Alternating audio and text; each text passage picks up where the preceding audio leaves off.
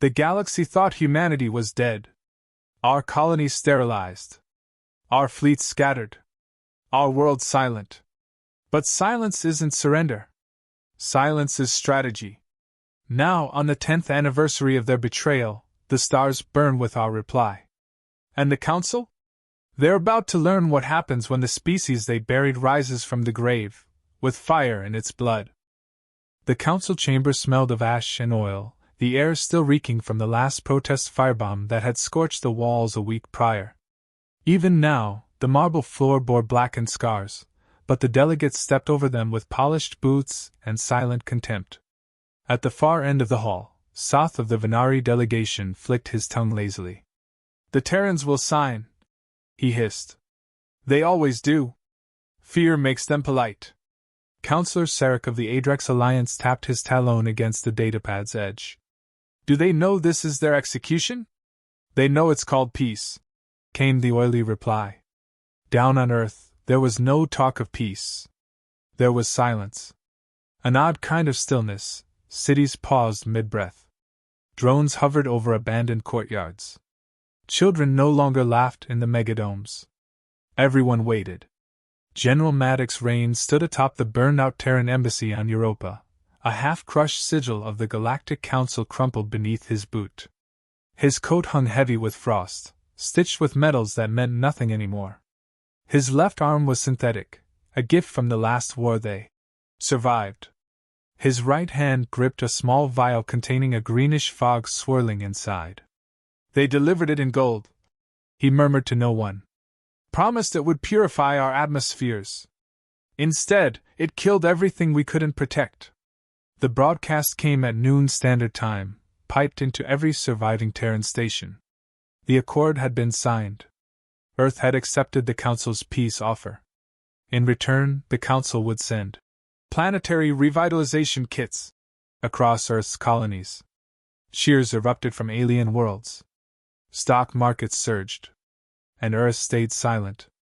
2 weeks later, the colonies began to fail. It started in the lungs, infants gasping, collapsing mid-breath. Then came infertility. Medical scanners couldn't find reproductive signals. Hospitals overflowed with nothing to deliver. By the 3rd week, nearly 8 billion people across 12 colonies were gone or sterilized. The Council responded with concern. "A terrible tragedy," they said. "We suspect a Terran bioengineering mishap." They offered condolences. Then they closed Earth's borders. Rain's voice never went public. But in the bunkers beneath Olympus Mons, where Earth's black-armored High Guard listened in silence, his words burned into history. "They didn't kill us to win. They killed us to erase." The next 5 years rewrote humanity. No governments. No borders. Just one mission: survive long enough to make them pay. Earth became steel. Cities folded into underground bunkers. Orbital scrap was recycled into dreadnought spines. Weapons were no longer forged, they were grown, biolinked to the soldiers' neural codes. Human blood became encrypted war fuel. Sleep was optional. Maddox Rain became a ghost. He abandoned rank, took no orders. His name vanished from Terran records. But in the outer moons, whispers followed him. They called him the Voice. Because that was all he needed to destroy. 10 years to the day after the accord, an unmarked Council ambassador's ship exploded above Jora Prime. The detonation was silent. No signature. Just disappearance. Hours later, every major holoscreen across the galaxy flickered. A grainy human face stared back. Scar over one eye. Cybernetic implants threading into his skull like thorns. Maddox Rain. He spoke once. "We remember." Then it cut. Aboard the Council's Central Orbit Station, the delegates fell into chaos. Fleet security was tripled. Trade worlds locked their gates. But deep inside the war servers, a countdown had begun, buried within the Council's own archives. 30 days. No one could trace its origin. They blamed a rogue Earth signal. They were wrong. The first city fell in week 1. Draxus, the financial hub of the Council's outer territories, lost its gravity field for 7 seconds. That was enough. Skyscrapers collapsed inward. People floated mid-scream before being slammed into pavement. Emergency comms played classical Terran piano music as they died. In week 2, a fleet of Council enforcement vessels disappeared. Not destroyed, gone. The only thing left was a repeating signal across their last transmission channel. You sterilized our future. So we sterilize your sky. Week 3, Council delegates began dying mid-meeting, poisoned not by gas or weapon, but by implants they had used for decades. Earth had hacked their med threads. With surgical precision, each delegate who had voted in favor of the accord collapsed on cue. Then came the 4th week. The one where Maddox Rain returned in person. He didn't sneak in. He didn't hide. He walked through the front gates of the Veritas Citadel, flanked by 2 Terran kinetic guards clad in zero-light armor, rifles glowing faint red. The Citadel had banned human presence for nearly a decade. They didn't stop him. No one even reached for a weapon. Because every defense turret had already been overridden. Every surveillance drone already rewired. Rain wasn't entering. He was already inside. They led him to the central chamber where the Council sat in rising panic. Gold-armored, fanged, feathered, scaled, all forms of rule looked down at the man who once sat at their table. Sa stood to speak. We recognize this is... Rain raised his hand. No more recognition. You've had 10 years to speak. Now you listen. He placed a small crystal on the floor. It emitted a pulse, then projected the image of a child. Human. Dead. Skin gray. Eyes lifeless. Lying in a cradle. 1,000 more images followed. Burned schools. Hospitals filled with silence. Nurseries that never opened. You thought peace meant obedience. It meant patience. And now it means regret. The Emperor leaned forward, his voice brittle. What do you want? Rain turned. I want you to remember something. The humans you betrayed weren't soldiers. They were farmers. Artists. Mothers. Teachers. The best of us. And you killed them because they were easy. He stepped forward, voice rising. So now you face the rest of us. The ones who survived. The ones who build knives from rubble. The ones who fight best when we've lost everything. The floor beneath the Citadel rumbled. A Council fleet officer ran into the chamber, pale and shaking. There's something in orbit, he gasped. It just appeared. No warning. No entry vector. Outside, a ship larger than any recorded class hovered above the Citadel. Jet black. No insignias. Its hull bore one phrase etched in Terran script. We never forget. Rain looked up, expression unreadable. We were human. You tried to make us ghosts. He turned his back on the Council, walking out without another word. The Citadel went dark. The outer rim of viral space had long been considered safe. Too far, too irrelevant, too quiet for war. But that was before the second ghost signal. It came at dawn, slicing through every known encryption like water through paper.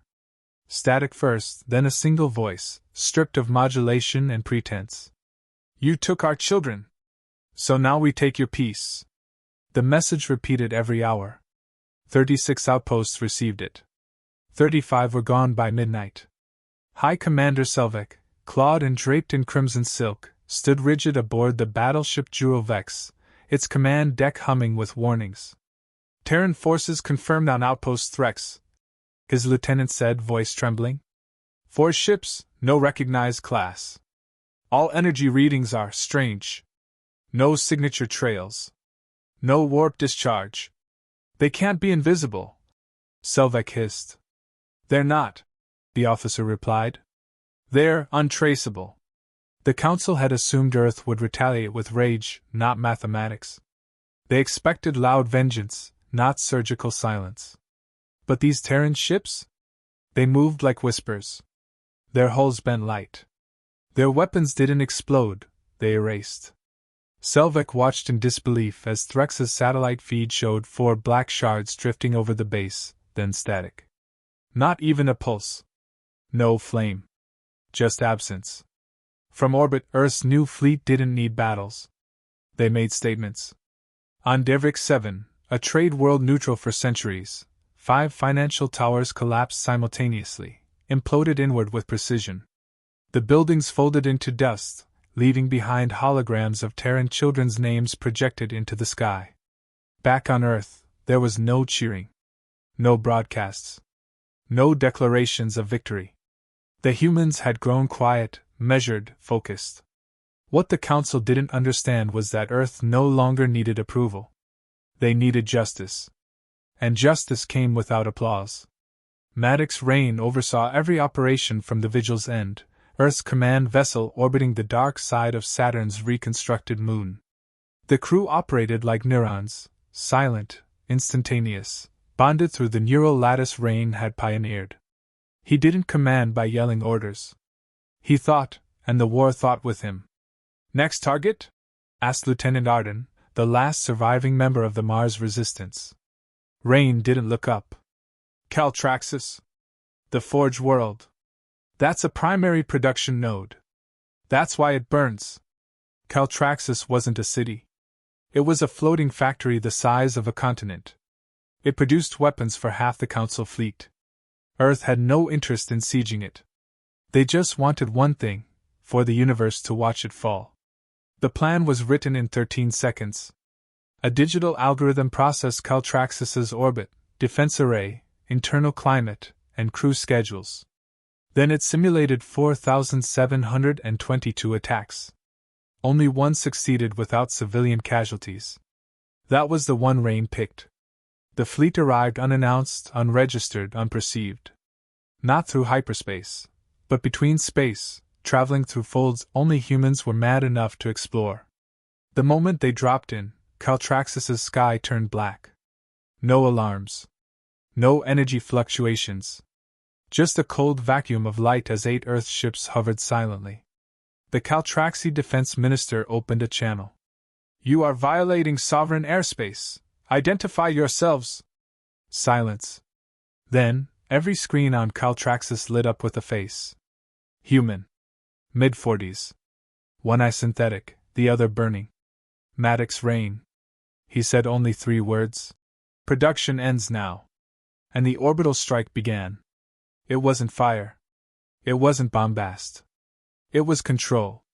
Graviton lenses aboard the Terran vessels twisted space beneath the factory, distorting mass until structures collapsed inward. Assembly lines bent into spirals. Plasma reactors vanished into gravitational implosions so precise they pulled the air out without igniting flame. Within 8 minutes, Caltraxis ceased to exist. The message was simple. "We don't need to destroy your people. We only need to destroy your power." Council media called it terrorism. But they were running out of viewers. Across the galaxy, suppressed species began rising.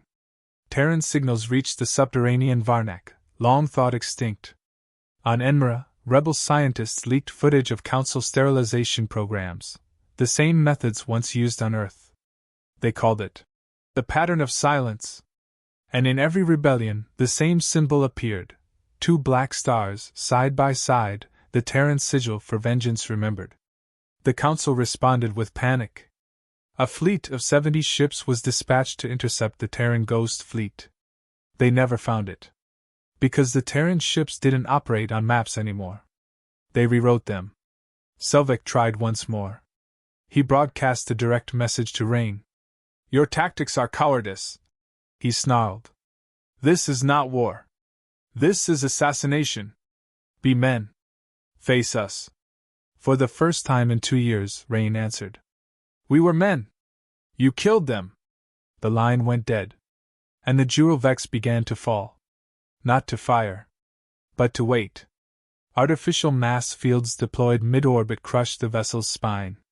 Selvek's last moments were silent as he watched his ship bend like paper, all air sucked from the chamber before sound could finish his scream. Terran vengeance didn't demand drama. It demanded finality. Rain reviewed the footage, his face unmoved. Lieutenant Arden looked up from her station. "That's 5 this week. How far are we taking this?" Rain finally turned, voice sharp and cold. "As far as they took us." What if they surrender? They already did. When they called us extinct. Arden paused. What's next? He tapped the star map. Veritas Prime blinked red. The Council Summit. The heart. We don't have the numbers for a siege. Rain's eyes narrowed. We don't siege, he said. We deliver a memory. A pause. Prepare the Revenant Protocol. She hesitated. We haven't tested it. We don't need to. They have. For 10 years, humanity had waited. Now the galaxy would remember who they betrayed, and why silence is the last warning before the storm. The last planet before Veritas Prime was Alzari IV, a diplomatic staging ground, neutral and self-governing, once home to treaty summits, cultural exchanges, and peacekeepers who believed in words over weapons. It burned for exactly 9 minutes. They didn't see the ships arrive. They saw their shadows. Maddox Rain didn't order an orbital bombardment.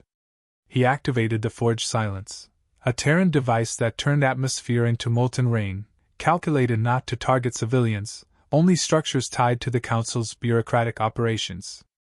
The embassy tower disintegrated into glass. The Council's Peace Museum collapsed inward like it had been holding its breath for centuries. The monument to unity? Gone. No screams. Just wind and memory. The galaxy understood then, no one's neutrality would shield them from justice. Not anymore.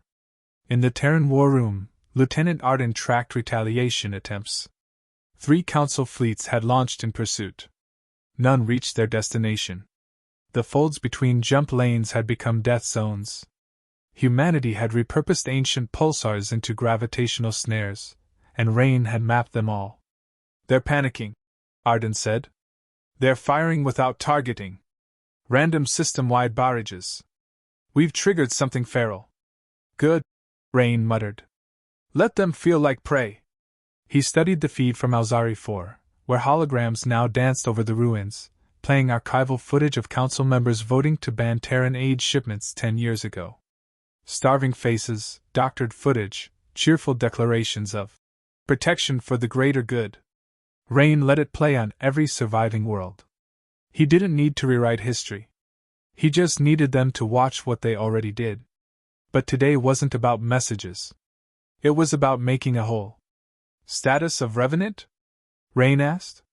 Ready, Arden confirmed. Revenant wasn't a ship. It was a suicide algorithm, built to consume Council AI infrastructure and rewrite it into Terran command chains for 1 hour. In 60 minutes, Earth would control every satellite, every sensor, and every gate surrounding Veritas Prime. Then it would vanish. Launch it. No ceremony. No fanfare. Just a blink on a dark monitor as Revenant seated itself into the warp stream and disappeared. Rain leaned back in the command chair, listening to the static hum of machines built from ruin and rage. They don't know what they're about to lose, Arden said. They've never known, Rain replied. They called us primitive. Loud. Predictable. She turned. And now? Now we've evolved. 6 minutes after Revenant's injection, Council forces at Gate Seldarian went blind. Their torpedo silos recalibrated mid-lock. Their defense grids turned inward. One station self-destructed when its command AI tried to process 2 simultaneous definitions of friend. At the same time, every child across the Council-linked holonet received a new program. It looked like a game. It was a lesson. Guess who Earth used to be? It asked questions about Terran art, music, language, and then showed real footage, cities crumbling, children gasping, the green fog rolling across Mars' cradle. Every correct answer unlocked a memory. Every wrong one brought silence. Within a day, millions played. Revenant wasn't just data. It was grief repurposed. The Council tried to scrub it. Failed. One attempt to delete it rerouted the program into their military archives, renaming their classified war manuals with Terran epitaphs. Rain didn't just want their walls broken. He wanted their foundations hollow. The final feed came from the Council's core transport hub, Veltarn, known for its defensive walls so thick they could weather black hole proximity. An hour later, they weren't just breached. They were gone. A single Terran weapon, a gravitational filament cannon, folded the core structure like wet paper. Buildings didn't explode. They reversed. Arden turned in her seat. They're requesting parley. Let them sweat. No, she insisted. It's not just a message. It's the Emperor. Rain's eyes flickered. Open it. A voice echoed into the room, rich, slurred by translation, still trying to sound dignified.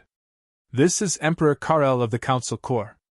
We acknowledge Earth's pain, and we extend full immunity, reparations, and an unconditional seat at the high table, should this campaign halt immediately.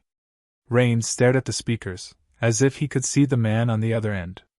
Pain, he repeated softly. You think that's what we feel? Karel continued unshaken.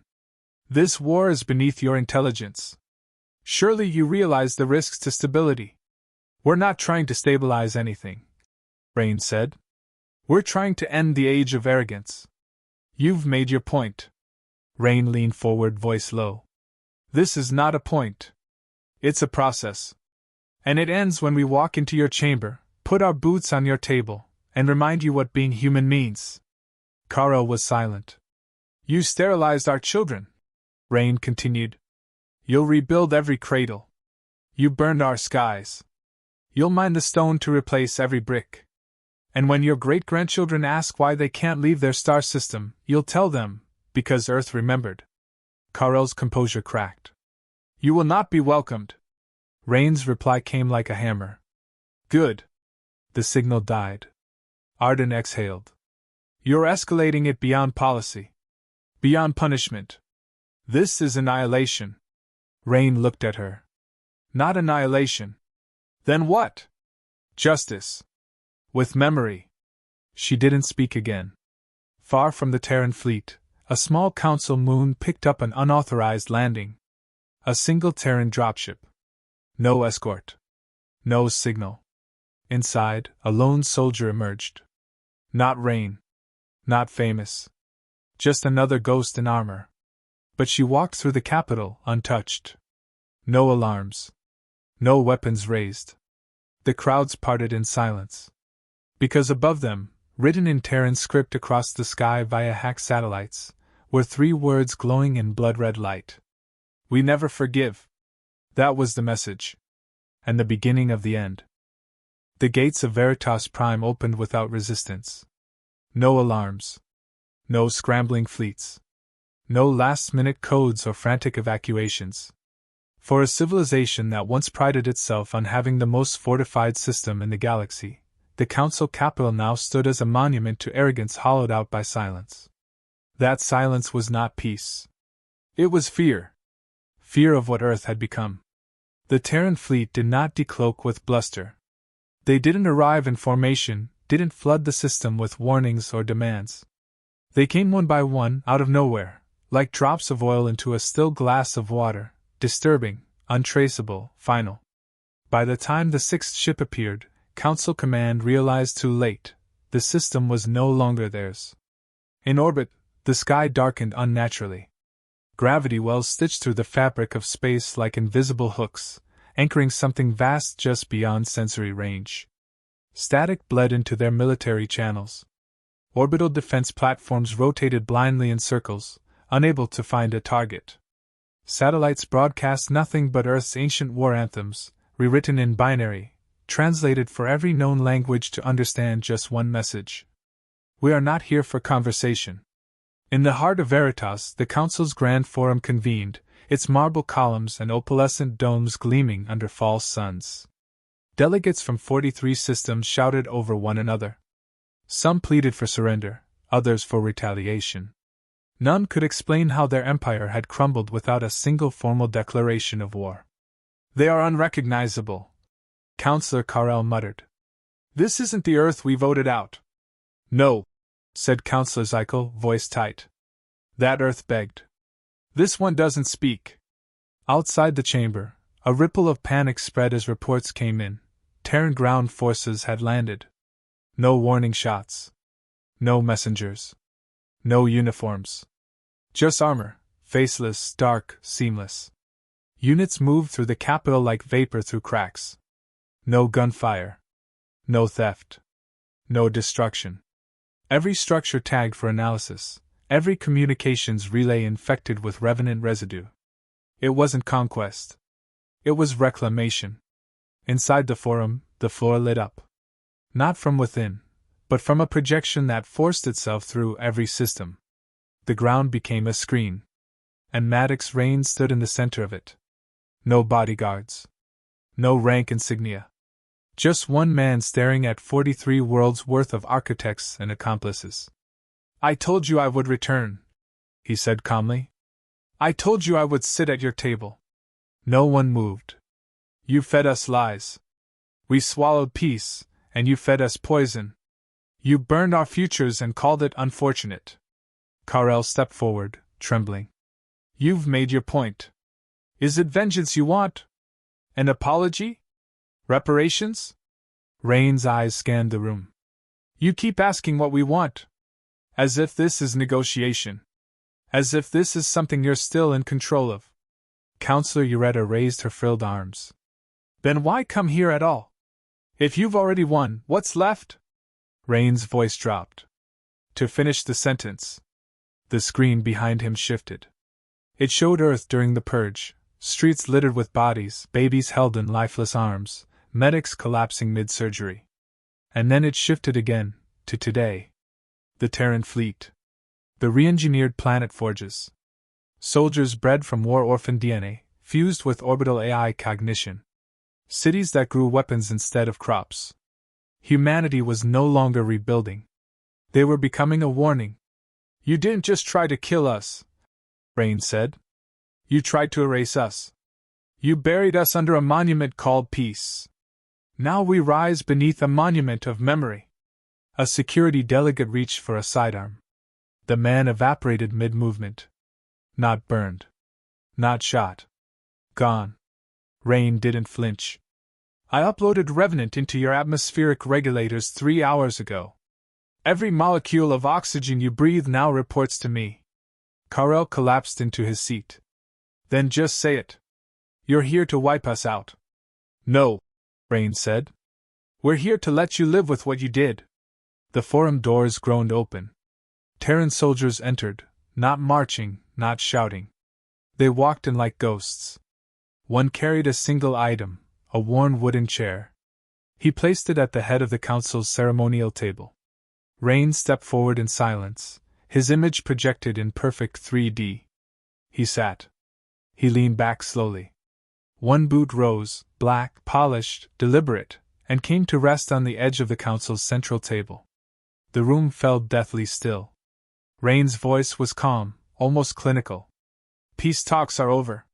He looked around the chamber. "They ended the moment you made genocide a form of diplomacy." He stood again. "Now your legacy is this: you sat in comfort while billions died. And now, every decision you make, every vote, every word, happens under our shadow." Karel stood shakily. "So you take the council? You rule us now?" Rain shook his head. "We're not here to rule.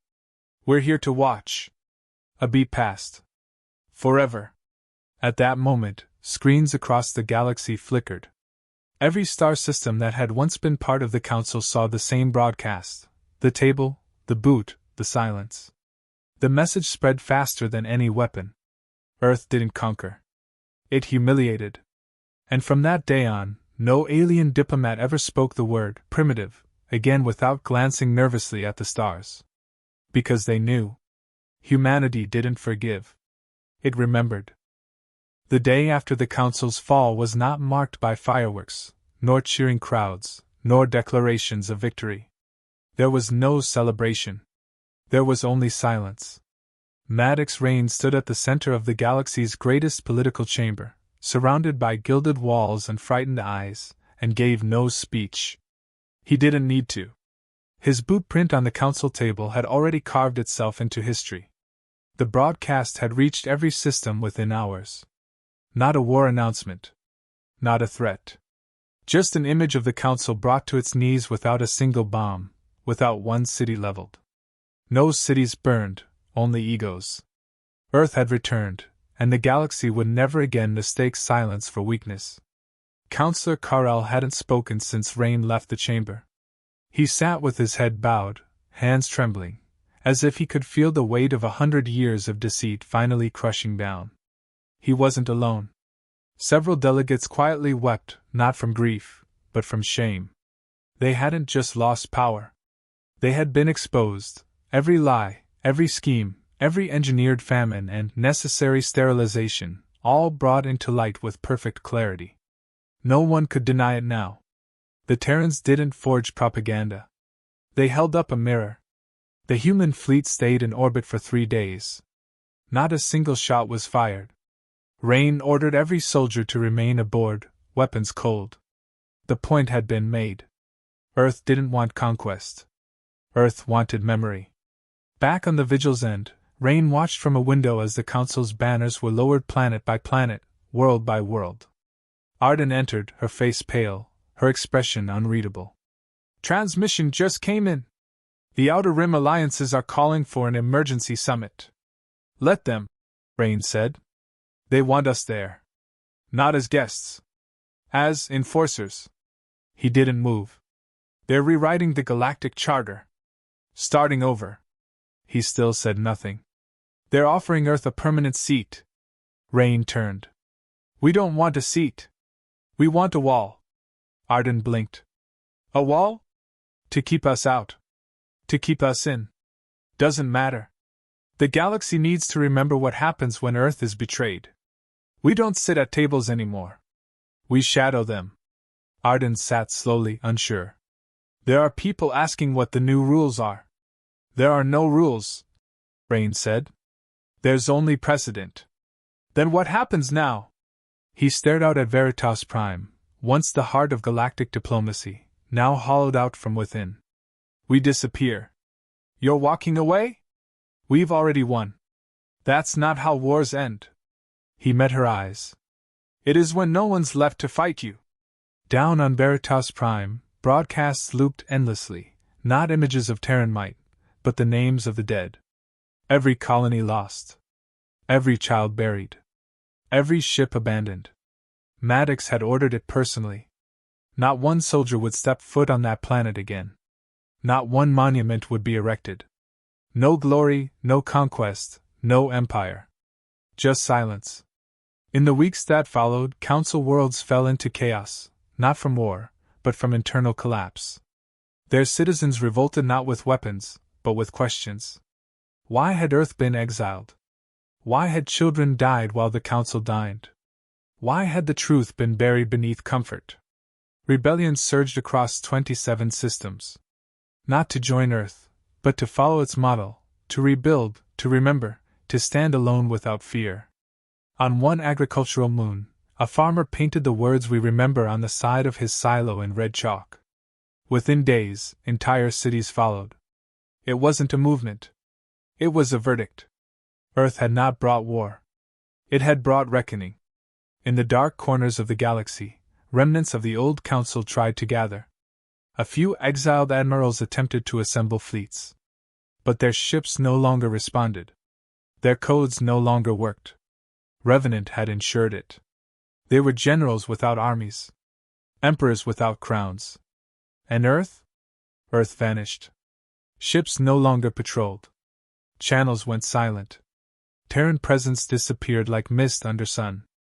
And then, 6 months later, a final signal appeared. Just a voice. Rain's voice. To those who still watch the skies, we are not your rulers. We are your lesson. We asked for peace. We were answered with poison.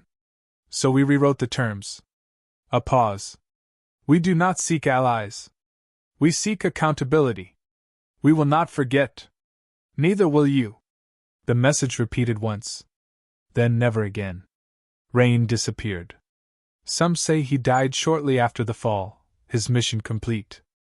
Others claim he lives in the void, watching from a station unregistered on any map, still listening.